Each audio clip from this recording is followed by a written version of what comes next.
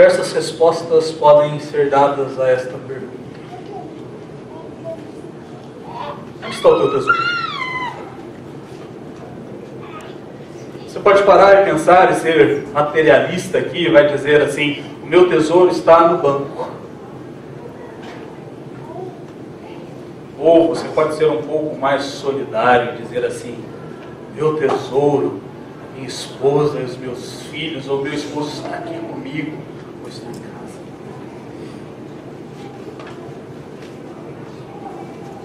Mas a pergunta permanece: e espiritualmente? Onde está o teu tesouro?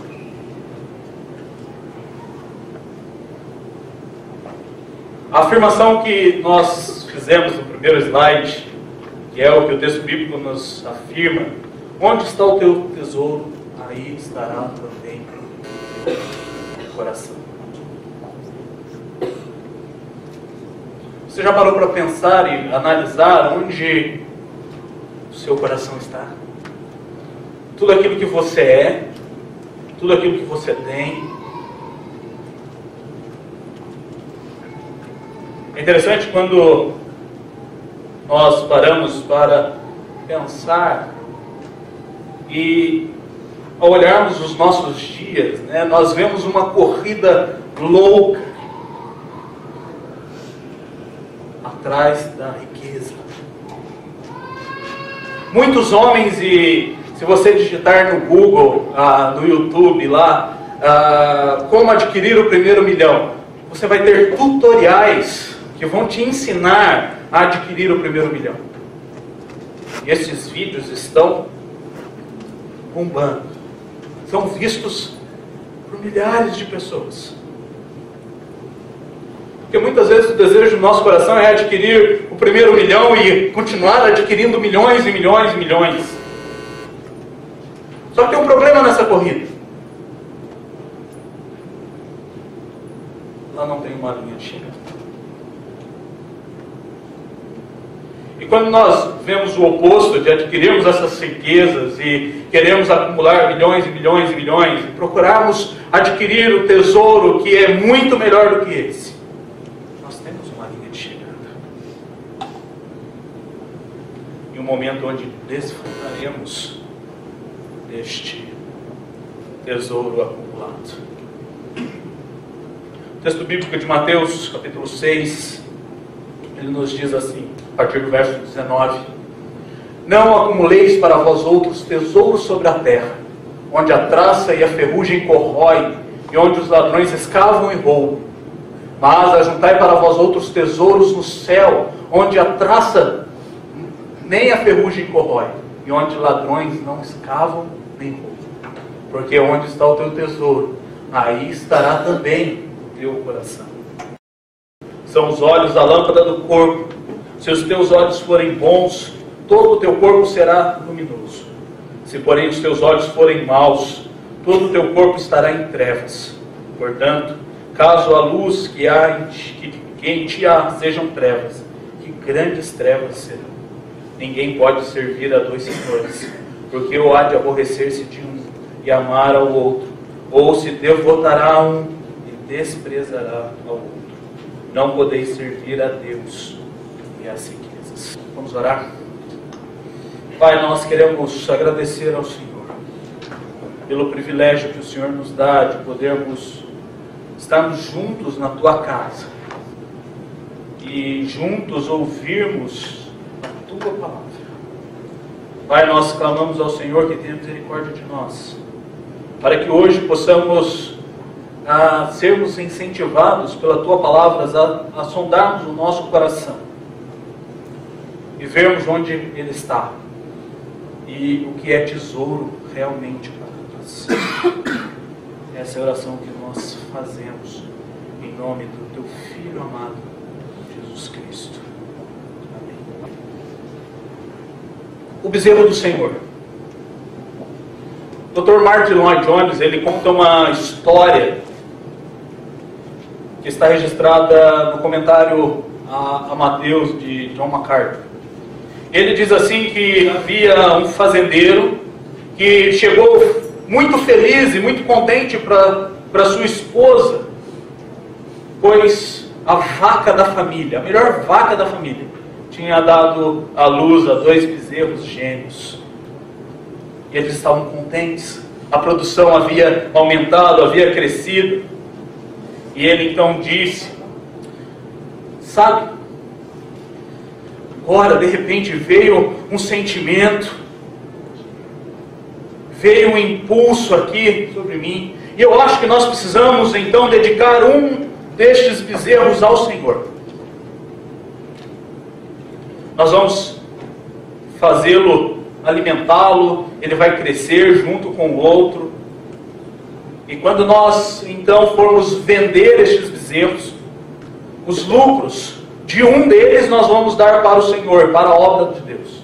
E o outro nós vamos trazer para a nossa casa. Vamos ficar com ele.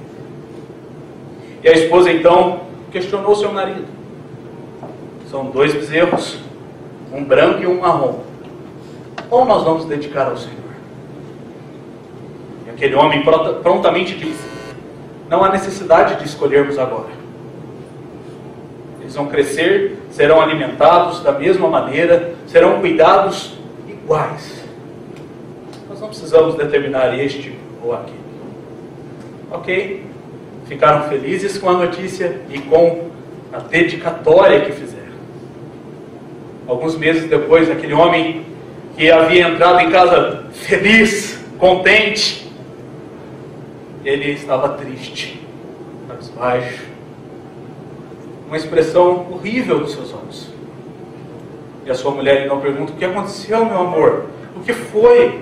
Ele disse: o bezerro do Senhor morreu. É engraçado rirmos disso. É interessante vermos essa disposição na vida de outra pessoa. Mas aqui é a hora que vocês me conhecem, nós fazemos isso constantemente. Nós temos a mania e a grande disposição de dedicarmos ao Senhor o bezerro curto.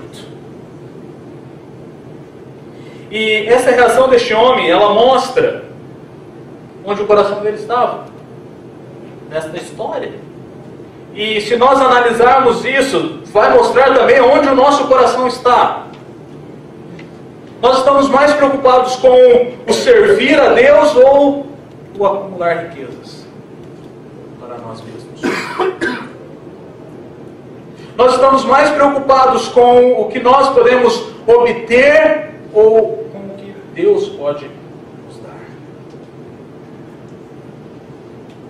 E quantos bezerros do Senhor já não morreram nas nossas mãos e nós os dedicamos a Ele por mortos? Este texto, Cristo está falando sobre termos prioridade na nossa vida.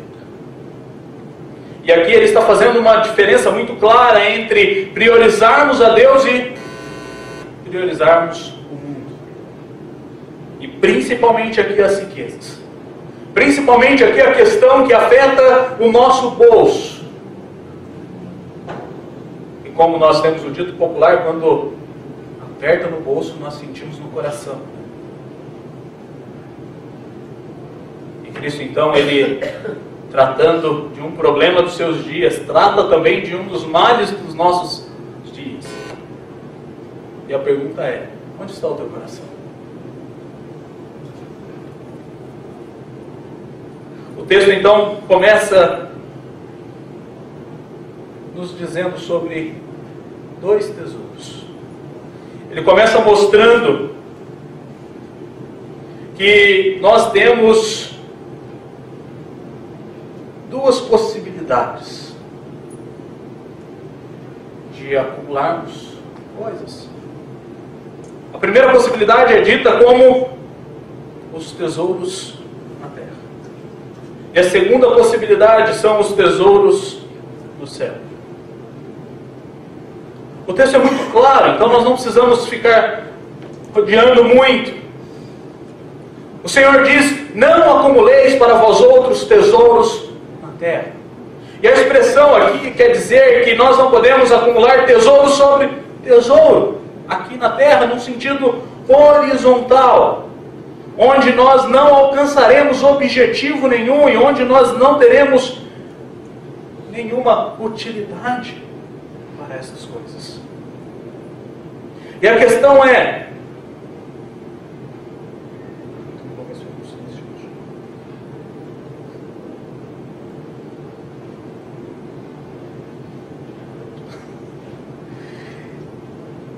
a grande questão é que nós muitas vezes estamos mais preocupados em acumularmos tesouro sobre tesouro aqui na terra.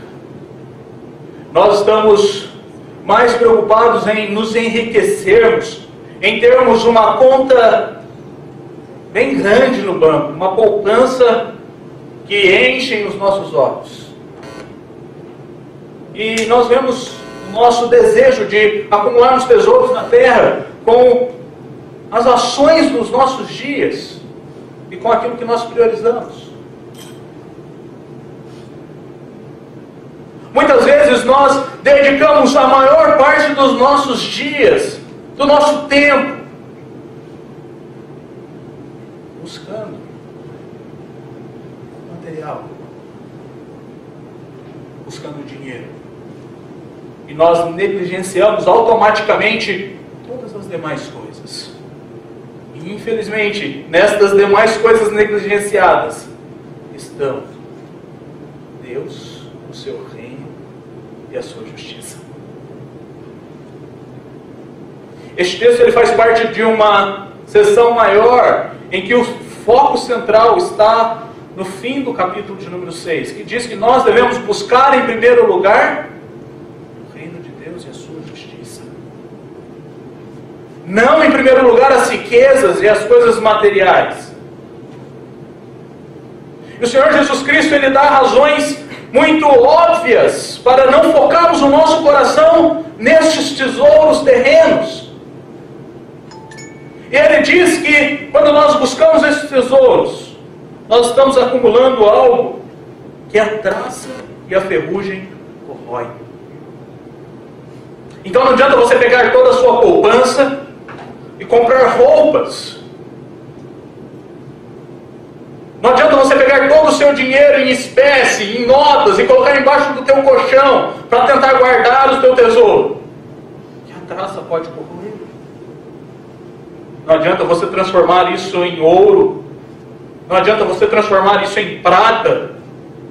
Que a ferrugem vai chegar lá. São coisas que têm data de validade. Acumular tesouros na terra é um trabalho em vão.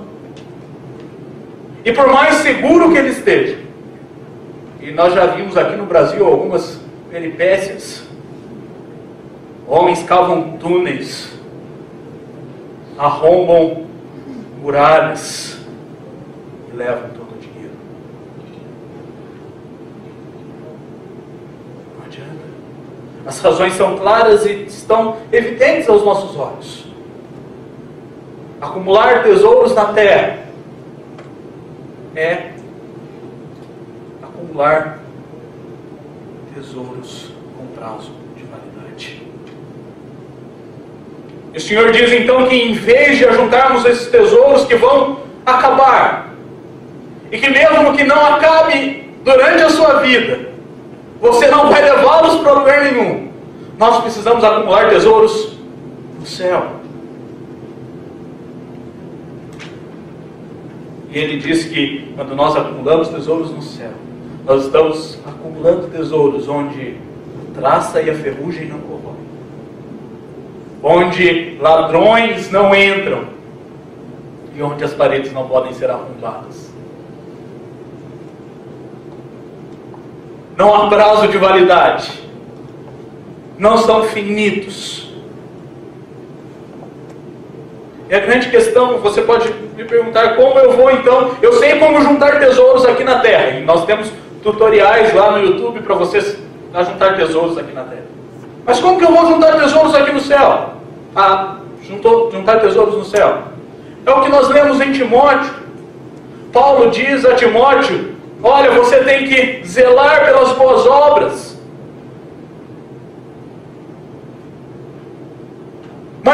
no interesse de obter algo em troca, mas sim para que o nome de Deus seja glorificado por meio daquilo que você faz. Nós acumulamos tesouros do céu quando nós obedecemos a palavra de Deus, quando nós somos servos obedientes. Nós acumulamos tesouros no céu quando nós estamos preocupados com o crescimento do reino de Deus. E nós não temos medo de colocarmos a mão no bolso e contribuirmos para o crescimento do reino de Deus, para a manutenção dele. Nós precisamos entender que o acumular tesouros no céu está relacionado ao dar e não ao receber. E enquanto o nosso coração pecaminoso estiver fazendo coisas com o objetivo de angariar algo em troca, nós não estaremos acumulando tesouros no céu. Nós continuaremos nessa luta que não vai ter fim de acumular tesouros na terra. Não estou dizendo para você abandonar o seu trabalho e não estou dizendo para você não guardar dinheiro, não fazer uma poupança para alguma necessidade. Como o reverendo Mauro já disse aqui na liturgia, o texto bíblico não diz para você não ser rico. Mas ele diz para você tomar cuidado. Pois muitas vezes o querer ser rico, muitas vezes o querer adquirir riquezas, não é para que o bom nome do Senhor seja glorificado, mas é para que o seu ego seja satisfeito. É para que a sua cobiça seja ali tratada. Ela não será. É para que a sua falta de contentamento no Senhor seja explícita. Temos dois tesouros, duas formas de acumular tesouros: na terra e no céu. Mas apenas uma delas é correta. Apenas uma delas é o nosso foco. E nós precisamos então acumularmos tesouros no céu. Pois quando nós acumulamos tesouro no céu, o nosso coração estará no Senhor. Estará em fazer e priorizar a vontade de Deus. Lembra que nós já dissemos aqui nos outros sermões sobre os males dos nossos dias? Nós somos idólatras. Nós somos idólatras. E o principal aspecto da idolatria é colocarmos qualquer outra coisa no lugar do Senhor. E muitas vezes esse desejo cego de riqueza e de ter posses e dinheiro é idolatria. Todas as vezes é idolatria. Nós precisamos ter o nosso coração focado em Deus e naquilo que nós iremos herdar nos céus. O texto então ele continua falando sobre duas visões. Ele diz lá no verso de número 22: são os olhos a lâmpada do corpo. E é interessante que aqui, relacionado com o texto anterior, ele está usando os olhos como uma ilustração do coração. E aqui nós vamos ver que onde nós colocamos o nosso olho, onde nós colocamos a nossa visão, mostra onde o nosso coração está. E o texto então mostra e fala sobre os olhos bons. Ele diz assim: se os teus olhos forem bons.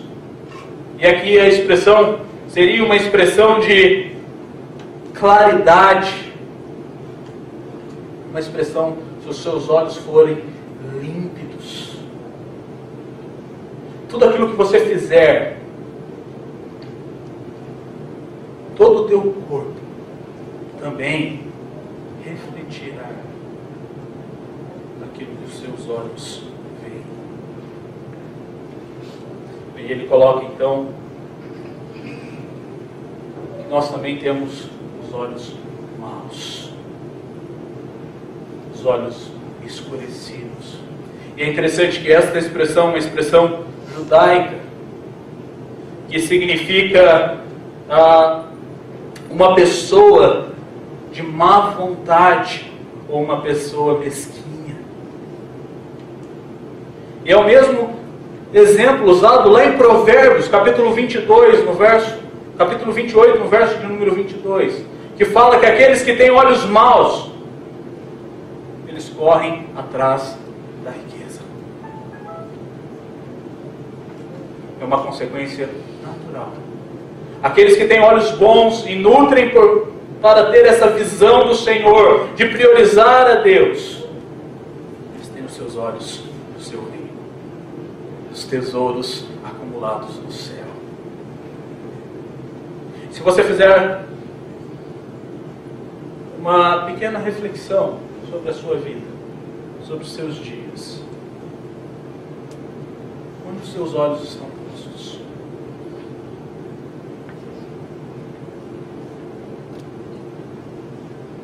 O que os teus olhos estão vendo?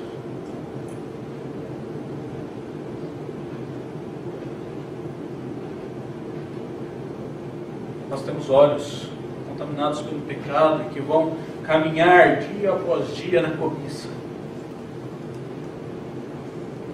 Como nós já dissemos aqui outras vezes, muitas vezes a grama do vizinho vai ser mais verde do que a nossa, e nós, insatisfeitos com Deus, iremos fazer de tudo para obtermos aquela grama. E hoje nós vemos com clareza isso nos dias que nós vivemos no nosso país. Homens com seus olhos focados no dinheiro, na riqueza, eles estão prontos para serem corrompidos. Eles estão prontos para serem subornados. Eles estão prontos para se venderem, simplesmente para poder ter um pouco mais de dinheiro. Esta é a nossa realidade. E não é incomum ouvirmos de crentes. Todos têm o seu preço.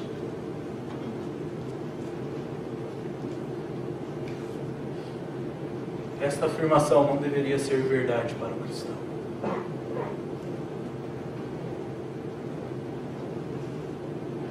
Porque os olhos do cristão devem estar nas coisas boas do Senhor. Os olhos dos cristãos devem estar colocados nos tesouros celestiais. E nós deveríamos caminhar dia após dia, focados nas bênçãos eternas. Se nós andássemos dessa maneira, com certeza, nós não abriríamos espaço para os olhos maus, que contaminam e corrompem todo o nosso corpo.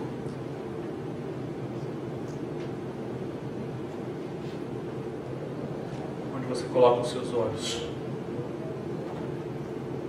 mostrará onde o seu coração está.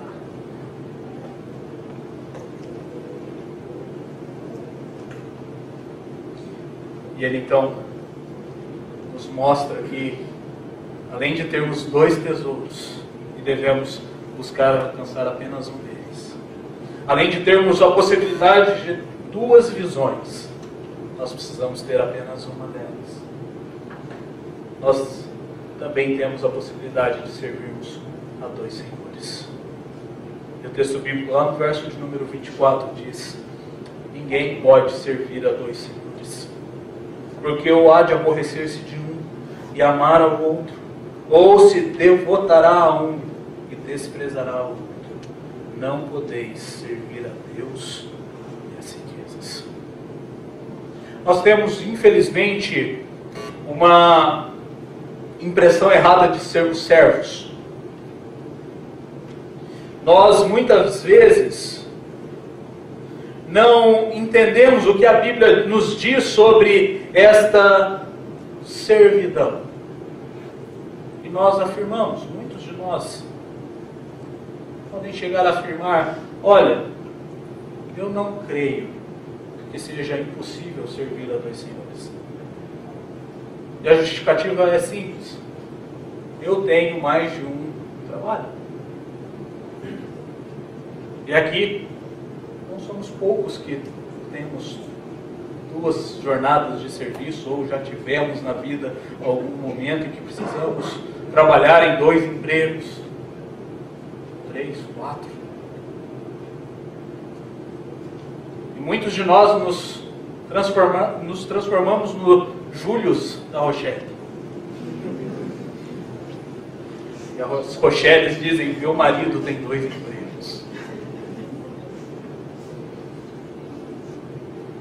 Mas quando nós pensamos em servidão, não é na questão de emprego que o texto bíblico está dizendo. O texto bíblico está dizendo que um servo, ele é um escravo.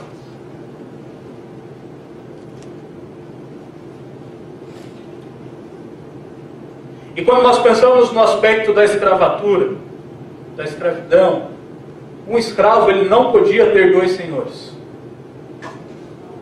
Ele não podia escolher.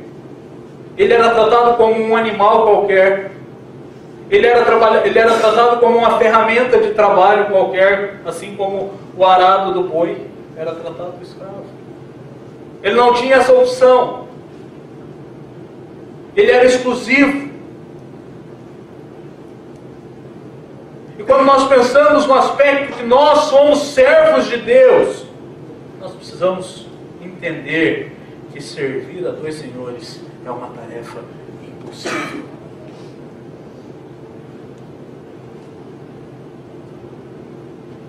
Porque quando nós fomos libertados por Cristo do pecado, nós nos tornamos servos, escravos de Deus. Isso aqui pode parecer um negócio até forte, né, de se ouvir. Você pode dizer: como assim? Mas isso é o que o texto bíblico diz. Nós estamos totalmente submissos. Nós estamos totalmente dispostos diante do nosso Senhor Jesus Cristo, diante do nosso Senhor Deus, pois Ele nos libertou daquilo que nos prendia e nos levava para a morte, para a condenação eterna.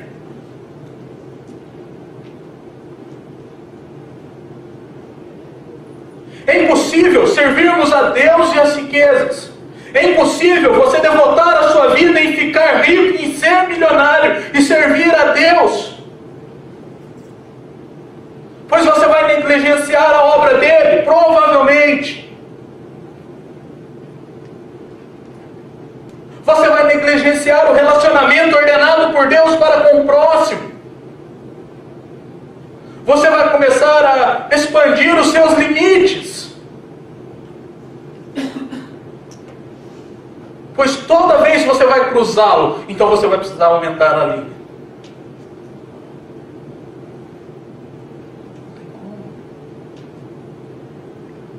Você precisa escolher um lado, ou Deus, ou as riquezas.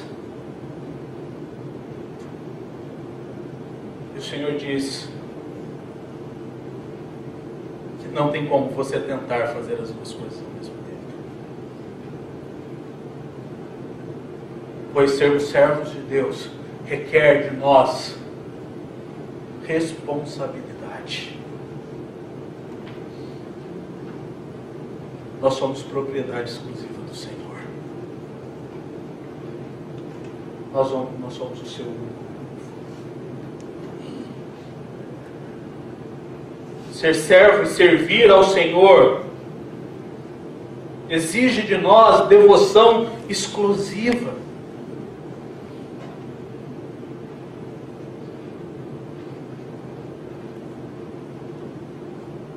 Nós precisamos ser devotos de Deus exclusivamente, porque o Senhor Jesus Cristo como nós lemos lá em Romanos 6, dos versos 16 a 18. Ele nos comprou com preço de sangue. Ele nos libertou da escravidão do pecado. Ele nos fez seus servos. Deus só pode ser servido com exclusiva e inteira devoção. Seu coração deve estar totalmente nele. E se você tentar dividir a devoção com dinheiro, você irá odiar o outro mestre.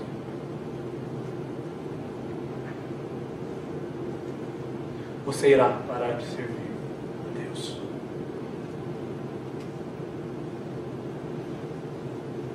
Então requer esta responsabilidade de inteira e exclusiva devoção. E nós não podemos servir a dois senhores por outra razão. As ordens dadas por eles são opostas. As ordens destes dois mestres, elas são diametralmente opostas. Um ordena que você ande pela fé, e o outro ordena que você ande pelo seu próprio desejo, que é insaciável.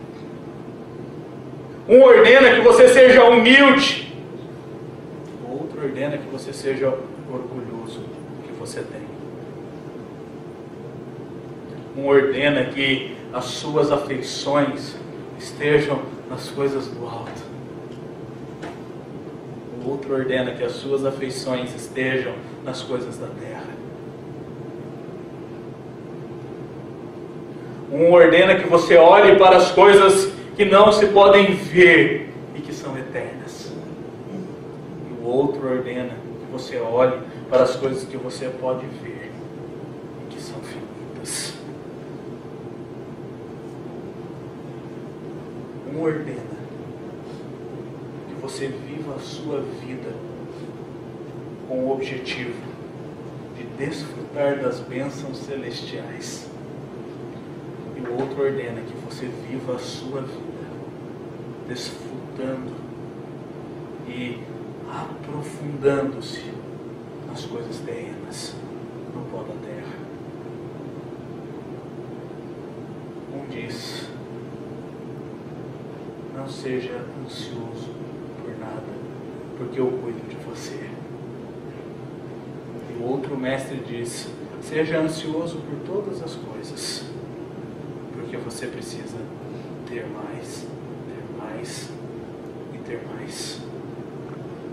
Eles são opostos. É impossível que você sirva a dois senhores. Os dois tesouros,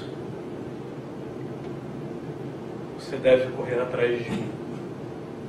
Das duas visões, dos dois olhares, você precisa ter. Dos dois mestres, você precisa servir apenas eles. Se nós voltarmos para a história do fazendeiro e para o bezerro, ao Senhor que todos nós temos e oferecemos em algum momento da nossa vida, o bezerro do Senhor não deve ser aquele que morre. O bezerro do Senhor não deve ser aquele que está incapacitado, que está impossibilitado. O bezerro do Senhor deve ser aquele sadio, deve ser aquele que permanece vivo, pois nós caminhamos dia após dia com o intuito de buscarmos em primeiro lugar o reino de Deus, na certeza de que todas as demais coisas que o texto continua dizendo a partir do verso 25, o que nós vamos beber, o que nós vamos comer, o que nós vamos vestir, o Senhor proverá, o Senhor providenciará. Então, para nós cristãos, nós temos apenas um tesouro para acumularmos, e são os tesouros celestiais. Nós temos que ter apenas uma visão. Nós temos que ter os nossos olhos bons. E nós devemos servir apenas a um. O que você vai fazer? Primeira coisa, você precisa avaliar a motivação do seu coração. Você faz isso perguntando: por que eu faço o que eu faço?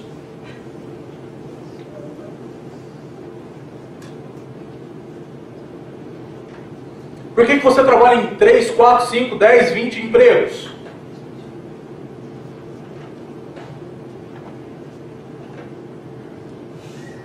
Por que você não dá o dízimo e devolve ao Senhor aquilo, 10% que Ele exige daquilo que você dá para Ele? Qual é a sua motivação? Por que você faz aquilo que você faz?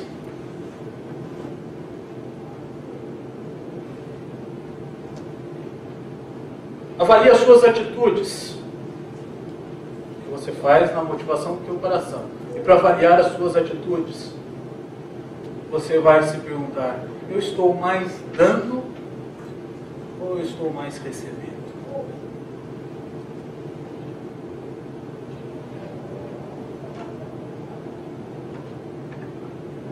E é interessante quando nós analisamos isso aqui e vemos a perspectiva da teologia da prosperidade, né?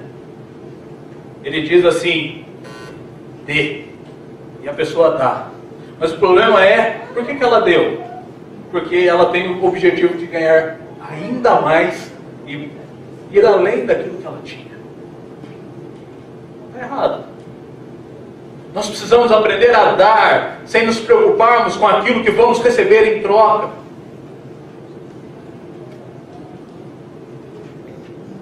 Viver a vida cristã é viver uma vida desapegada dos nossos bens materiais em favor do reino de Deus.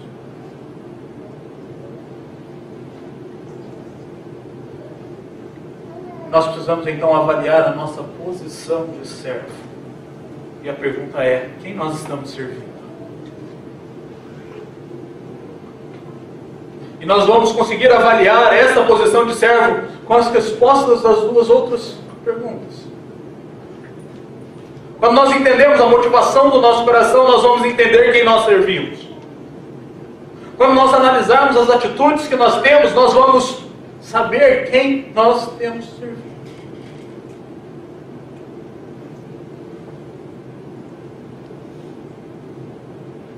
E aqui é simples: a motivação do teu coração deve ser a glória de Deus.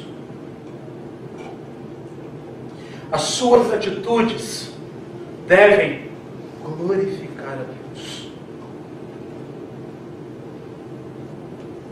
Consequentemente, o único que você deve servir é o Senhor, que é o nosso bom pastor.